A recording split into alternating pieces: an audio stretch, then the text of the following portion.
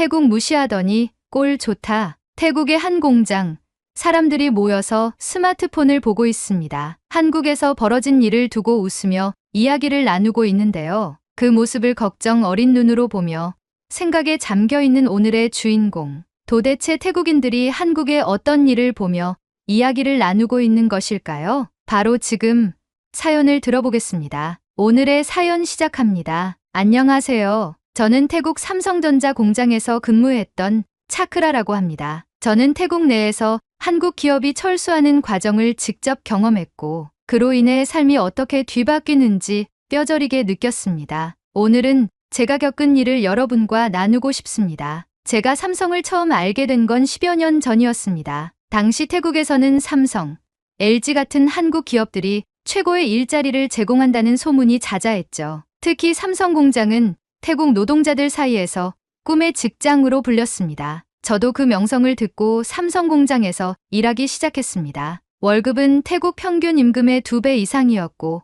복지 혜택도 뛰어났어요. 무엇보다 매달 안정적으로 들어오는 급여 덕분에 가족들과 함께 살며 미래를 꿈꿀 수 있었습니다. 하지만 몇 년 전부터 분위기가 이상해졌습니다. 태국 내 일부 정치단체와 시민단체들이 벤코리아라는 운동을 벌이기 시작한 겁니다. 그들은 한국 기업들이 태국 노동자를 착취하고 부당한 이익을 챙기고 있다고 주장했어요. 인터넷에서는 한국 제품 불매를 외치는 글과 영상이 쏟아졌고 길거리에서도 한국 기업 철수를 요구하는 시위가 잦아졌습니다. 처음에는 남의 이야기처럼 느껴졌습니다. 삼성 공장에서 일하는 저와 동료들은 그 운동이 얼마나 위험한 건지 잘 이해하지 못했어요. 한국 기업들은 우리에게 좋은 일자리를 제공해줬고 실제로 저희 공장의 급여와 복지는 태국 내 다른 회사들에 비해 훨씬 더 나았습니다. 하지만 시위대는 우리 공장 앞에서도 목소리를 높였고 한국 기업이 떠나야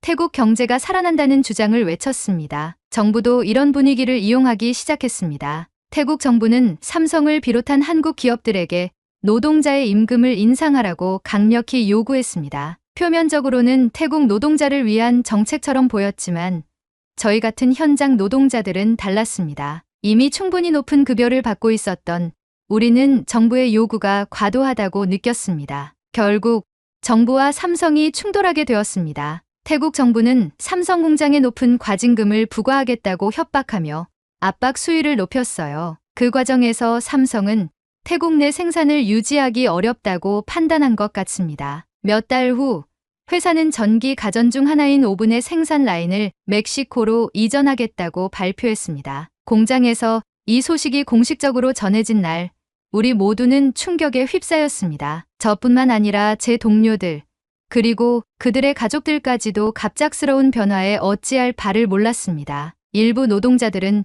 벤코리아 운동의 결과라며 정부와 시위대를 비난했지만 이미 상황을 되돌릴 수는 없었습니다. 삼성의 철수는 단순히 공장 몇 개가 닫히는 문제가 아니었습니다. 지역 경제 전체가 휘청거리기 시작했어요. 삼성과 거래하던 하청업체들이 줄줄이 문을 닫았고 주변 상점들도 매출이 급감했습니다. 저희 마을에서 일자리를 잃은 사람들만 해도 수천 명에 달했습니다. 심지어 제 친구는 아내와 아이들을 부양할 수 없게 되어 가족이 뿔뿔이 흩어지기도 했습니다. 벤코리아 운동을 주도하던 사람들은 한국 기업이 떠난 뒤 태국 기업이 그 자리를 채우면 된다고 주장했지만 그게 가능할 것 같다는 생각이 전혀 들지 않았습니다. 삼성 같은 글로벌 기업이 떠난 자리는 태국 내 다른 기업들이 채우기엔 너무 컸기 때문이었죠. 저는 지금도 그날의 일을 떠올리면 마음이 무겁습니다. 벤코리아 운동으로 시작된 작은 불씨가 이렇게 많은 사람들의 삶을 망가뜨릴 줄은 몰랐습니다. 삼성의 철수가 발표된 이후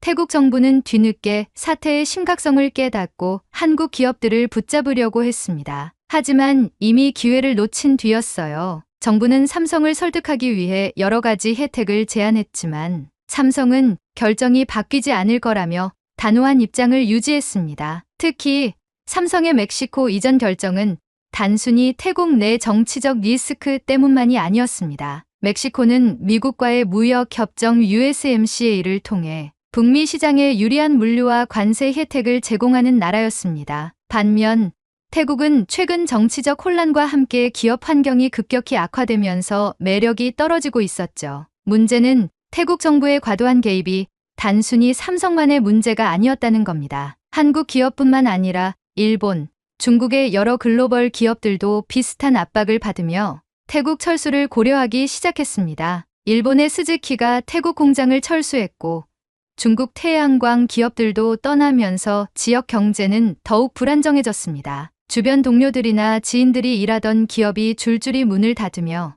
나누던 정보를 바탕으로 우리들의 근심과 걱정은 날로 높아져만 갔습니다. 하지만 태국 정부는 이 모든 상황 속에서도 자국민들에게 태국 경제는 한국 기업 없이도 충분히 성장할 수 있다고 안심시키기 바빴습니다. 그러나 새로운 투자 유치가 거의 이루어지지 않으면서 빈자리는 고스란히 경제 침체로 이어지는 것을 보게 되었습니다. 정부는 입국 면세점 폐쇄와 같은 자구책을 내놓기도 했습니다. 방콕과 치앙마이 같은 주요 공항의 입국 면세점 운영을 멈추며 비용 절감을 시도했어요. 그런데 생각해 보세요. 이것은 오히려 외국인 관광객의 소비를 감소시키는 꼴이잖아요.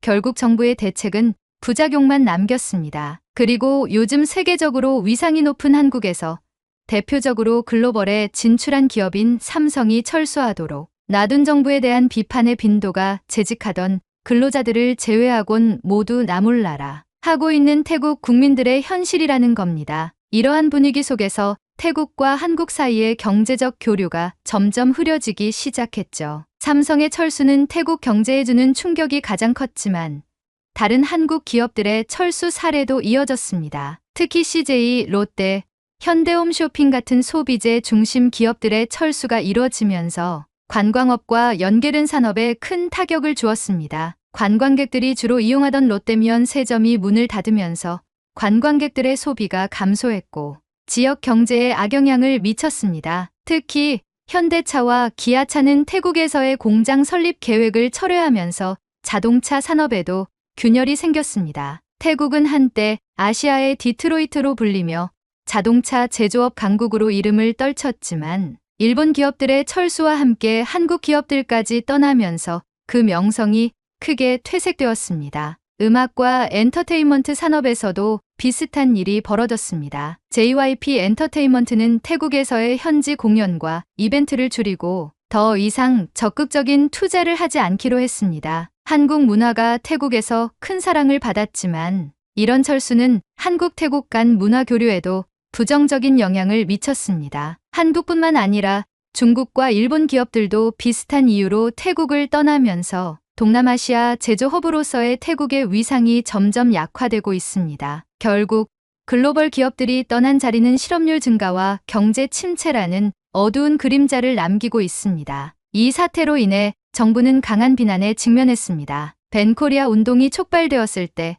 태국 정부는 이에 대한 명확한 입장을 보이지 않았습니다. 오히려 정부 내 일부 인사들이 한국 기업을 겨냥한 발언을 하며 분위기를 악화시켰습니다. 그 결과 정부는 자신들이 부추긴 반기업 정서가 어떻게 국가 경제에 악영향을 미쳤는지 인정해야만 했습니다. 삼성 철수 이후 태국 정부는 기업 환경을 개선하기 위해 몇 가지 정책을 내놓았습니다. 가장 큰 변화는 외국 기업 세제 혜택 강화였습니다. 정부는 외국 기업들에게 세금을 줄이고 규제를 완화하는 방안을 발표하며 철수한 기업들을 다시 유치하거나 새로운 투자를 끌어들이려 했습니다. 그러나 문제는 그 정책이 너무 늦었다는 점이었습니다. 이미 떠난 기업들이 돌아올 가능성은 낮았고 다른 글로벌 기업들도 태국의 불안정한 정치 상황을 이유로 투자를 꺼리고 있었습니다. 태국은 정치적으로도 큰 혼란을 겪고 있었습니다. 정부는 경제 위기를 해결하기 위해 태국 우선 정책을 강화하며 자국 기업들을 적극 지원했지만 실패하였고 그로 인해 전진당 해산과 관련된 헌법재판소 판결로 대규모 시위가 이어졌고 시위대는 정부의 경제 정책 실패와 외국 기업 철수를 두고 강하게 비난했습니다. 태국을 자립시키겠다는 명분으로 시작된 정책들이 오히려 경제를 망치고 있다는 점을 많은 사람들이 인식하게 된 겁니다. 특히 벤코리아 운동과 같은 극단적인 반외국 기업 정서는 결국 국내외 투자자들의 신뢰도 잃게 했습니다. 경제적 혼란과 정치적 불안이 맞물려 외국 자본이 빠르게 빠져나갔고 이로 인해 태국 바트와의 가치는 급격히 떨어졌습니다. 통화 가치가 하락하면서 수입 물가는 폭등했고 일반 가정의 생활비 부담은 눈덩이처럼 불어났습니다. 삼성과 같은 글로벌 대기업이 태국을 떠난 것은 상징적인 사건이었습니다. 태국의 제조업 기반이 약하다는 것을 절실히 느끼게 된 지점이 삼성 철수 이후였기 때문이었죠. 삼성이 떠난 뒤에도 태국에서 성공적으로 생산 기반을 구축한 기업은 거의 없었고, 그나마 남은 기업들도 더 낮은 비용을 찾아 베트남이나 인도네시아로 이동할 가능성을 논의 중이라고 합니다. 이는 단순히 일자리 감소에 그치는 문제가 아니라 태국 경제의 국제적 위상이 떨어졌음을 보여주는 사례로 인식되었습니다. 결국 태국 정부는 과거 한국 기업들을 겨냥했던 압박 정책이 자국 경제에 어떤 파급 효과를 미쳤는지 뼈저리게 느끼고 있습니다. 벤코리아 운동을 부추겼던 정치인들 역시 점점 설 자리를 잃어가고, 정치적 혼란 속에서 구체적인 대안은 나오지 않고 태국 국민들은 더 큰 경제적 부담을 감당해야 하는 상황에 처하게 되었습니다. 삼성이 태국을 떠난 이후 벤코리아 운동은 더 이상 과거의 열기를 유지하지 못했습니다. 운동 초기에는 태국의 자립이라는 구호가 사람들에게 호응을 얻었지만, 실제로 삼성과 같은 글로벌 기업들이 철수한 뒤 자신의 생계가 외국에서 들어온 해외 자본들과 기업들에게 걸려있다는 것을 몸으로 느낀 뒤에야 알게 된 것이죠. 저는 삼성에서 일했기 때문에 처음 벤코리아 운동이 시작되고, 운동에 동참했던 이들은 자신들이 옳은 일을 하고 있다고 확신하는 모습에 기가 찼습니다. 소셜미디어에는 한국을 대놓고 비방하는 글이 넘쳐났고, 주요 도심에서는 한국에 반대하는 집회도 자주 열렸습니다. 좋은 게 좋은 것이고 나쁜 게 나쁜 것이다 라고 단순한 생각만 하며 재개 운동에 동참하라고 하는 지인들을 볼 때마다 그들의 뇌를 빼내어 정성 들여 씻겨주고 싶은 심정이었죠. 그런데 더 웃긴 사실은 정부의 정치인들이 이런 분위기를 묵인하거나 불쏘시개처럼 일을 더 크게 만들었다는 겁니다. 심지어 이러한 태국의 분위기를 이용하며 외국 기업들을 압박했죠. 그러나 삼성이 철수한다고 공표하고 다른 한국 기업들까지 잇따라 떠나기 시작한 후 처음에는 신났죠. 우리가 이겼다 하면서 난리였습니다. 하지만 그 후폭풍이 다가오고 난 뒤엔 돌이킬 수 없는 강을 건넜다는 것을 모두가 알게 되었죠. 일자리가 사라지면 돈을 벌지 못하고, 돈이 없으면 먹질 못하고, 경제적 압박이 오니 웃음이 한숨으로 바뀌게 된 것이죠. 저도 삼성 공장에서 일했던 동료들과 이야기를 나눌 때마다 한 가지 말을 자주 듣습니다. 그때 우리가 시위대를 더 강하게 막았더라면 이런 일은 없었을 거야. 초기에 벤코리아 운동에 관심을 가지던 동료조차 이제는 그 선택이 태국 경제에 부정적인 영향을 미쳤다는 것을 깨닫기 시작한 것이죠. 아직도 벤코리아 운동을 주도하던 사람들 중 일부는 여전히 자신들의 주장을 굽히지 않고 있습니다. 삼성이 떠난 이유는 우리가 아닌 태국 정부의 잘못된 정책 때문이다라며 책임을 회피하려 했습니다. 하지만 많은 태국 국민들은 이제 벤코리아 운동이 단순한 애국심에서 시작된 것이 아니라 태국 경제의 현실을 제대로 고려하지 않은 감정적 행동이었다고 생각하고 있습니다. 특히 제가 사는 지역에서는 벤코리아 운동을 비판하는 목소리가 더 크게 들립니다. 이곳은 삼성 공장과 하청업체들이 몰려 있던 곳으로 벤코리아 운동 이후 경제적으로 가장 큰 피해를 본 지역 중 하나입니다. 한 친구는 이렇게 말했습니다. 그때 시위에 참여했던 사람들이 지금은 한국 기업이 돌아오기를 바라고 있어. 그렇게 비난하더니 이제 와서 다른 말을 한다고? 운동이 한창일 때 태국 자립이라는 구호에 열광했던 사람들도 현실을 마주하면서 생각이 바뀌었습니다. 태국만의 경제를 세우겠다는 비전은 결국 실행되지 않았고, 떠나간 글로벌 기업들이 남긴 자리를 채우지 못하면서 빈자리는 고스란히 경제 침체로 이어졌습니다. 특히 일부 경제 전문가들이 태국의 현재 상황에 대한 내용을 언급하는 것들을 들은 젊은 층에서는 한국 기업을 포함한 외국 기업들이 태국 경제에 미친 긍정적인 영향을 재평가하는 목소리가 높아지고 있어요. 한국 기업들이 제공했던 안정적인 일자리,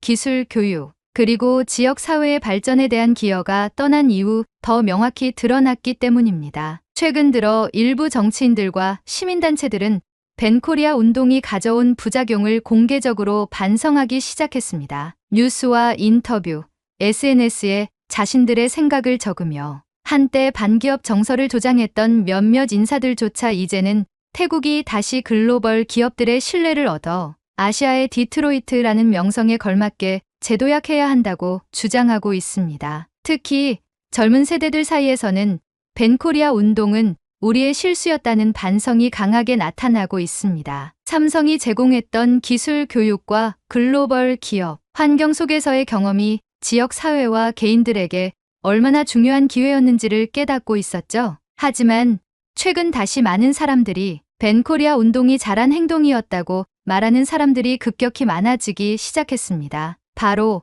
한국에서 일어난 비상계엄령 뉴스 때문이었죠. 최초 벤코리아를 잘했다고 말하던 소문은 한국 대통령이 비상계엄령을 선포했다는 뉴스에서 시작되었습니다. 한국 내부에 심각한 정치적, 군사적 위기가 있다는 이야기가 퍼지자 벤코리아 운동을 주도했던 이들은 반성하던 얼굴색을 다시 바꾸며 곧바로 반응하기 시작했습니다. 봐라, 한국이 태국을 버리고 떠나니까 이런 대가를 치르는 거야. 우리가 외국 기업에 의존하지 않아야 하는 이유가 바로 이거다. 무서워서 같이 일할 수 있겠냐? 한국이 태국에서 철수한 건 전쟁 준비 때문이라면서? 한국, 태국인 강제 송환해줘서 고마워. 우리 국민들은 목숨 건졌네. 한국이 우릴 강제 송환하고 기업을 철수해서 태국을 망하게 하려고 한 행동들에 신이 분노하여 천벌을 내린 거야. 한국에서 전쟁 나면 난민들이 태국에 오겠지? 우리도 강제 송환시키자. 이와 같은 말들이 SNS를 통해 급속도로 퍼졌습니다. 심지어 일부 사람들은 한국이 태국에서 철수한 이유도 전쟁 준비 때문이었다는 음모론을 퍼뜨리기도 했습니다. 그런 게시물에는 불법 체류자들을 돌려보낸 것도 전쟁 준비였다는 식의 댓글이 끝없이 이어졌습니다. 벤코리아 운동을 반성하던 사람들 중 일부는 이런 분위기에 휩쓸려 다시금 한국을 비난하기 시작했습니다. 과거 시위에 참여하지 않았던 제 동료들조차도 이래서 한국 같은 외국 기업에 의존하면 안 된다며 한국에 대한 불신을 다시 키우기 시작했죠. 하지만 저는 이 상황이 정말 혼란스러웠습니다. 한국에서 벌어지는 일이 사실인지, 그것이 태국과 무슨 관계가 있는지 판단하기조차 어려웠습니다. 다만 한 가지 확실했던 것은 만약 한국이 큰 위기를 겪는다면 그 여파는 태국에도 치명적일 것이라는 점이었습니다. 저는 이 모든 상황들이 너무 안쓰러웠습니다. 삼성이 떠난 이후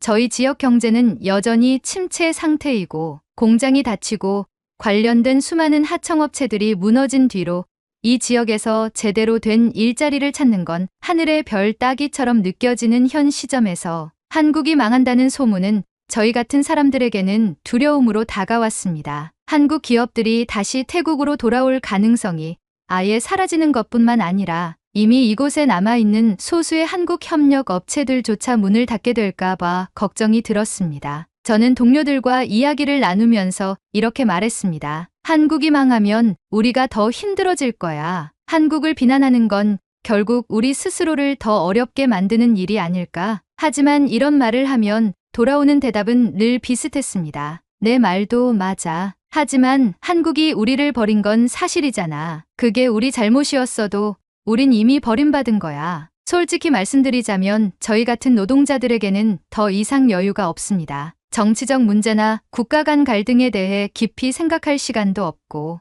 당장의 밥벌이에 온 신경이 곤두서 있게 됩니다. 하지만 한 가지 확실한 건 서로가 헐뜯고 비난하기보단 원만한 소통과 대화로 평화를 유지하는 것이 옳다고 생각합니다. 우리 모두가 함께 살아가는 세상을 어떻게 만들어갈지 고민하는 계기가 되었으면 좋겠습니다. 저도 태국의 여론에 동요하지 않고 제 목소리를 내어볼 테니 한국에 계신 여러분도 잘 이겨내시길 바라겠습니다. 저는 작은 희망을 품고 있습니다. 한국에서 벌어지는 일이 단순한 소란으로 끝나길 진심으로 바랍니다. 그리고 한국으로 돌아간 제 한국인 동료들도 무사하길 바랍니다. 그리고 시간이 오래 걸리겠지만 태국과 한국의 관계가 조금이나마 회복되길 바랍니다. 한국 기업들이 돌아오지 않더라도 한국이 세계 경제에서 살아남아야 태국 역시 더 큰 위기를 피할 수 있을 테니까요. 오늘의 사연은 여기까지입니다. 최근 비상계엄령 선포 이후